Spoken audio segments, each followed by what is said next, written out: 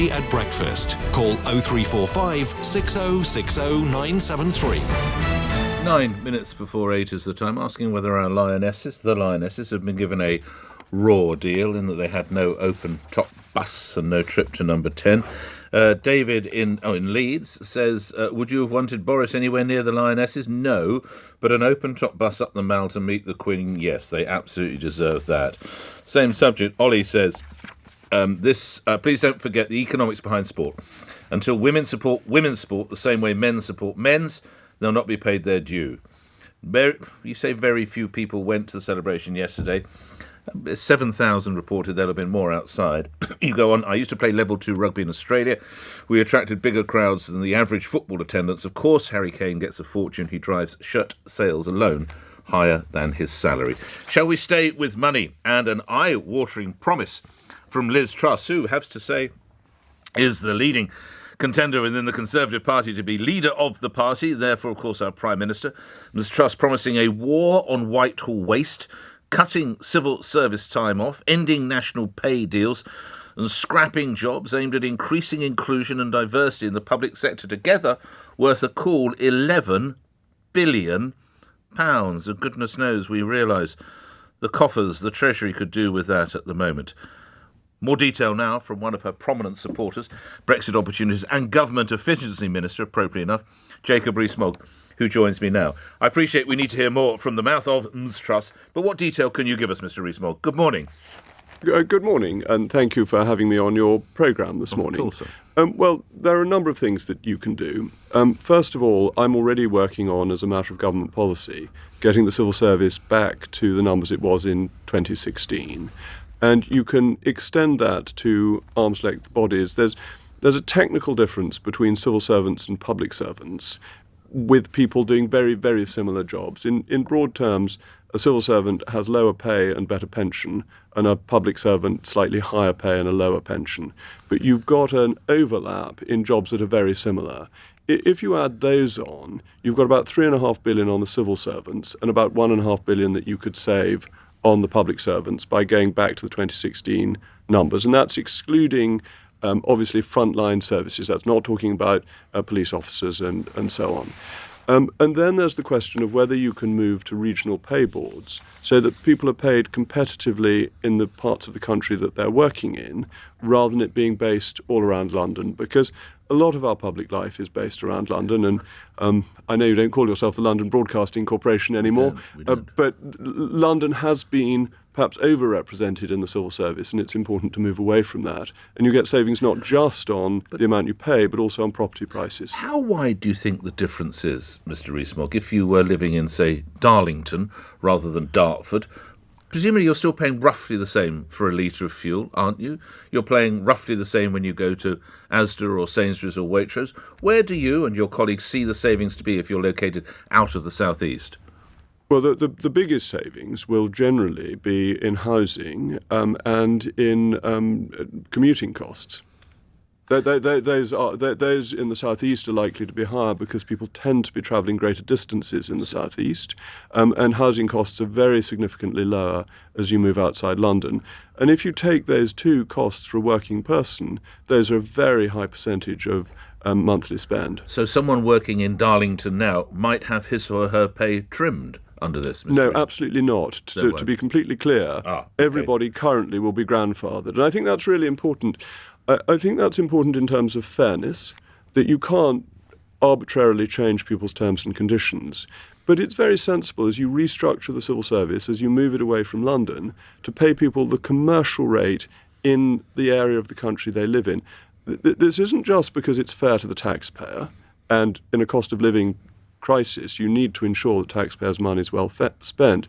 It's also fair on the region, because you don't want the state to be the overwhelmingly powerful employer. You want to create areas of excellence where the state is competing fairly with other employers, because levelling up isn't just about moving government jobs, it's crucially about ensuring that other businesses work and prosper in those areas too. And the other aspect of the £11 billion savings are diversity and inclusion programmes and employment. Do you have more? What sort of things might be going that are currently in place? Well, it's one of the things actually I'm trying to do, and working closely with some very impressive civil servants on improving the learning and development offering within the civil service, so that people learn practical skills that deliver better services, rather than one I came across about check yo privilege, or there was some course that was offered to tell people about witchcraft. I mean, there's such rubbish. Hold This on, woke Mr. rubbish Rees-Mogg. You're a journalist. has to go. You know journalism even better than I do. Tell me more about... That's not true. You know much more about it. You learned at the hand of your very esteemed dad. Tell me more about yo privilege and the other one, if you would, Mr. Rees-Mogg. Well, there was a course offered within the Cabinet Office for people that was to check yo privilege. Now, this is something that takes up time of civil servants, which I think can be better spent. The one on witchcraft, I think, was offered on the civil service intranet, fortunately out of hours, so I don't think the cost to the taxpayer was huge. But we shouldn't be using civil service mechanisms to advertise nonsense. What we want people to do is to learn how to be good fraud investigators, which is an area I have some responsibility for, or how to be good commercial negotiators. We need focused learning and development that improves service delivery, not this woke folderol. It was reported at the weekend that out of the 5 major European countries, Britain has had the least success in attracting workers back behind their desks.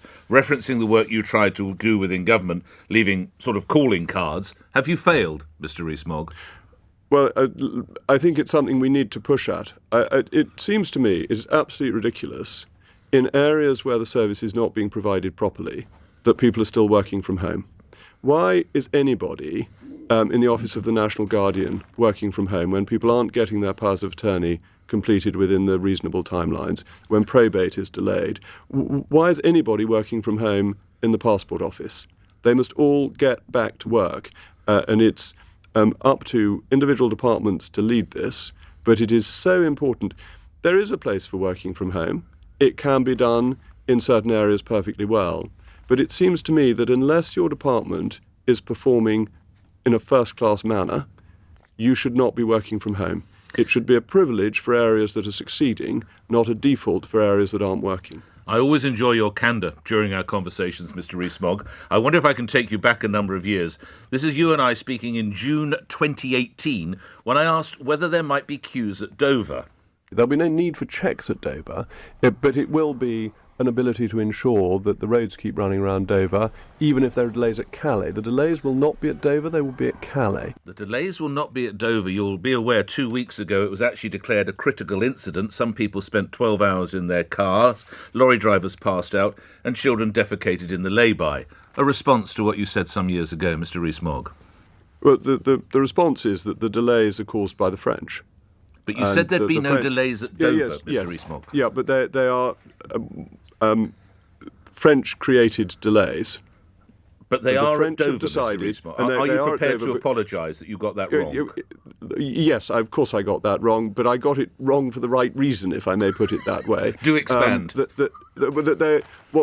point I was making was that the only delays would be caused by the French if they decided not to allow British people to pass through freely. They have decided to do that. They failed to get people to turn up. And that is what caused the delays in Dover, because we have juxtaposed border controls, which means that we check people in Calais and the French check people in Dover. And actually, that means that if the French don't operate their system properly, we get the delays. It's why I was saying that British people might think that going to Portugal is more fun, because the Portuguese want us to go and the French are being very difficult. And why should we go and spend our hard-earned money in France if the French don't want us? Are you suggesting we boycott one of our closest European neighbours, Mr. Rees-Mogg? I'm not suggesting a boycott. I'm just suggesting that Portugal has made e-gates available to British tourists, and that there's something to be said for supporting people who support you. What about the hauliers, though? I understand they still report, and they don't, of course, have a choice. They have to get their goods through Calais. They still report delays at Dover. This has been an unfortunate consequence of Brexit, has it not, Mr. Rees-Mogg? Well, it's been a French decision to hold things up. We've done the opposite. We have ensured the flow of goods coming into the United Kingdom because that benefits British consumers and British trade. Other matters, I've got another minute with you, hopefully. You have a sharp city brain. BP, the latest energy giant to report soaring profits. You've been on the round. You might not have heard the figure. It's £8.5 billion. You'll be aware... dollars, I'm so sorry, dollars. You'll be aware Shell was doubled last week, $11.5 billion. More windfall taxes, Mr. Rees-Mogg? Well, I'm not in favour of windfall taxes. The energy industry is enormously cyclical. But bear in mind, early on in the pandemic, the oil price was actually below zero. So oil companies had to pay people to take their oil away. You need to have a profitable oil sector so that it can invest in extracting energy. But they've already got investments planned in. They've got their R&D, as I think it's called, already priced in, Mr. Rees-Mogg. And we need more of it. We need to be looking at shale gas. We need to be extracting as much energy as we possibly can domestically, because that has an effect on the domestic price. Bear in mind that historically, the domestic price used to be much more important in the UK than the international price. And by not maximising the exploitation of our own resources, we have become more dependent on the international price, and that's pushed prices up massively. The US has a much lower price for gas because it's dependent on its own internal resources, particularly shale gas. Last couple of questions. You are supporting Liz Truss, as I mentioned right at the start of our conversation. Not exactly a huge fan of Brexit initially. What's attracted you to Ms Truss?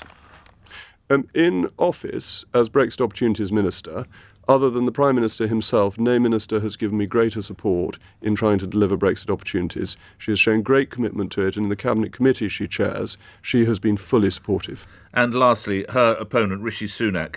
How would you rate his performance as Chancellor out of 10? Well, I don't want to be personally disagreeable about I'm not asking you to be disagreeable, respect. I'm asking for a grade, Mr. Rees-Mogg. You're a candid bloke.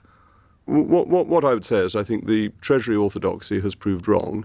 I was opposed to the national insurance increase. I think increasing corporation tax at this point, when you need the economy to be growing, is a really rotten policy. And you have to bear in mind that when George Osborne reduced it, it led to more revenue, both as a percentage of GDP and in cash terms. So I think those two policies were a great mistake, and we have had, I'm afraid, the dead hand of orthodox Treasury thinking, rather than the type of thinking that Nigel Lawson managed or Margaret Thatcher managed, that ensured that the economy could grow and the public finances be kept under control. So I am not somebody who is waving the flag for his performance as Chancellor. Grateful for your time as ever. Thank you, Jacob Rees-Mogg, Brexit Opportunities Government Efficiency Minister, appearing here on LBC late to those news headlines, 8:04. On your radio, on Global Player, and Play LBC. leading Britain's conversation.